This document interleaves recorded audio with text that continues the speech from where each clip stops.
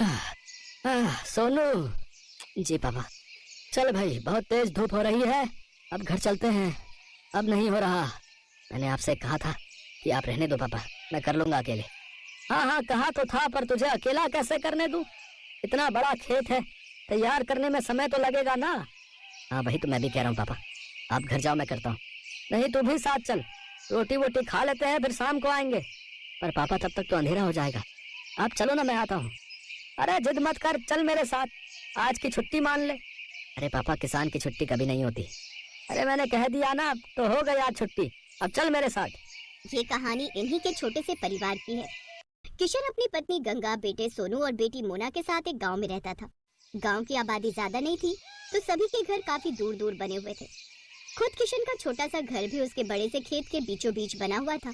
फिर घर पहुंचकर आ गए दोनों, चलो आ जाओ, मैं खाना लगाती हूँ। वैसे खेत का काम पूरा हो गया? कहाँ माँ, पापा कहने लगे कि आज छुट्टी है, तो मुझे भी अपने साथ छुट्टी मनाने ले आए। छुट्टी? मतलब? अरे गंगा, बाहर निकल कर देखो कितनी तेज धूप है, में से कोई बीमार पड़ गया तो और मुसीबत।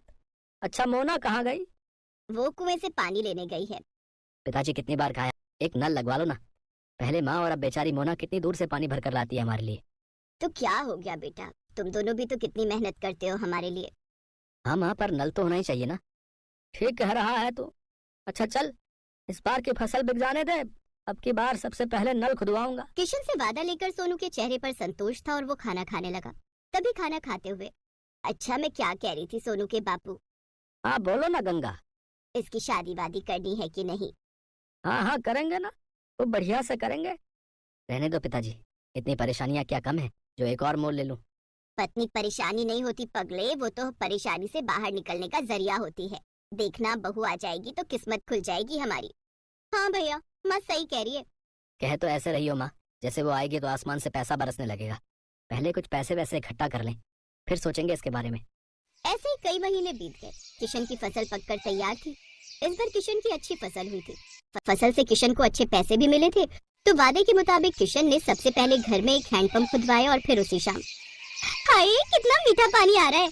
सोनू के बापू, ये काम आपने अच्छा कर दिया।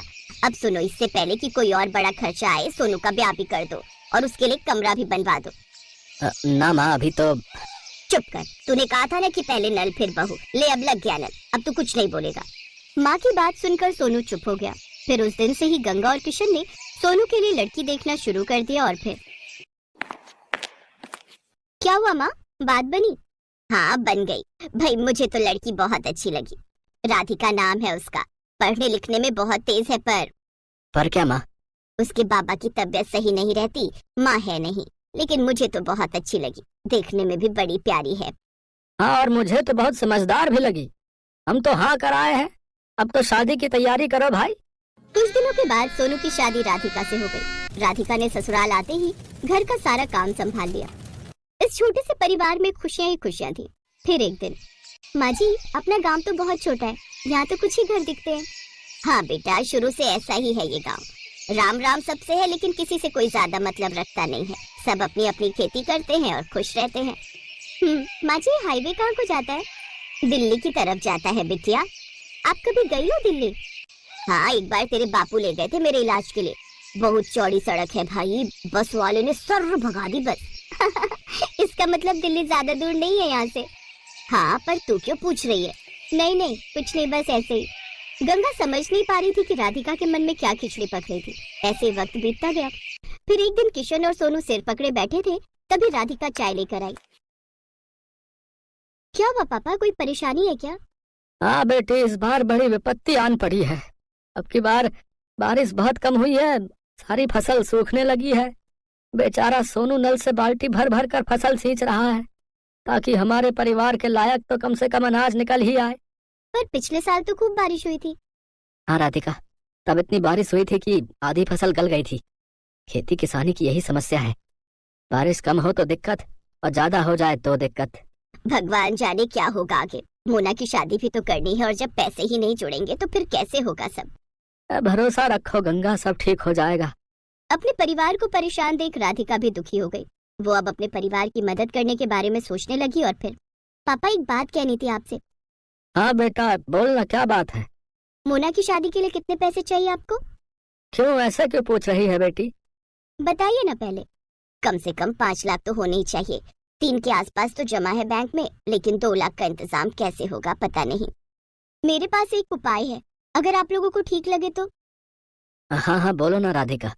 देखिए, आजकल ना ये शहर वालों को फार्म हाउस वेडिंग और फार्म हाउस पार्टी का बड़ा चस्का है।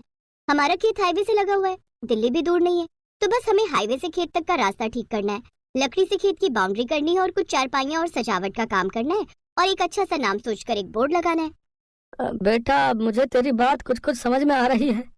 इस सबके लिए पैसे कहाँ से आएंगे? वो 3 लाख रुपए हमारे काम आएंगे और अगर धंधा चल निकला तो मोना की शादी हम धूमधाम से करेंगे। मुझे भी ये आइडिया बढ़िया लग रहा है। अगले ही दिन से पूरा परिवार राधिका के कहने पर काम में जुट गया। हाईवे से लेकर खेत तक बढ़िया टाइलें लगा दी गई, लकड़ियों से खेत की 4 दीवारी कर दी गई और फिर खेत अच्छे से साफ कर उसमें घास उगाकर जगह जगह सुंदर चारपाइयां लगा दी गई। फिर खेत के बीचों बीच एक सुंदर और बड़ी सी खुली झोपड़ी बनाई गई। पूरे परिवार ने जमकर मेहनत की। फिर अगले ही दिन, हेलो, मेरा नाम राहुल है, मैं दिल्ली से आया हूँ। ये रिजॉर्ट पहली बार देखा। क्या परसों शाम के लिए स्पेस अवेलेबल है? हाँ हाँ जी बिल्कुल। क्या फंक्शन है? मेरे बेटे का बर्थडे है। केटरिंग मैं खुद देख लूंगा, बस मुझे ये जगह अच्छी लगी। मेरा बजट 20,000 का है। बोलिए आपको चलेगा? जी हाँ बिल्कुल। Thank you so much. ये लीजिए 10,000 रुपये एडवांस। राधिका का प्लान काम कर रहा था। 2 दिन बाद राहुल ने अपने बच्चे का बर्थडे खूब अच्छे से मनाया। राधिका और उसके परिवार ने पूरे खेत को गुब्बारों और रोशनी से सजाया था। ऐसे ही धीरे धीरे लोगों को गंगा के रिजॉर्ट के बारे में पता चलता गया और लोग आते गए। अब तो राधिका और उसके परिवार को काम से फुर्सत नहीं थी। फिर ठीक 2 साल बाद, भैया खाना जल्दी लगाओ, बारात आने वाली है। जी मैडम, अभी लगाता हूँ।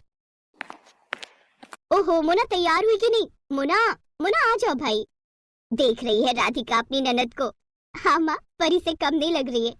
सब आपकी वजह से है भाभी, मेरी नहीं हमारी वजह से। और सुनो, अपने पहले बच्चे के पहले बर्थडे के लिए अभी से बुकिंग कर लो इस रिजॉर्ट की। क्या पता तब ये स्पेस खाली हो या ना हो।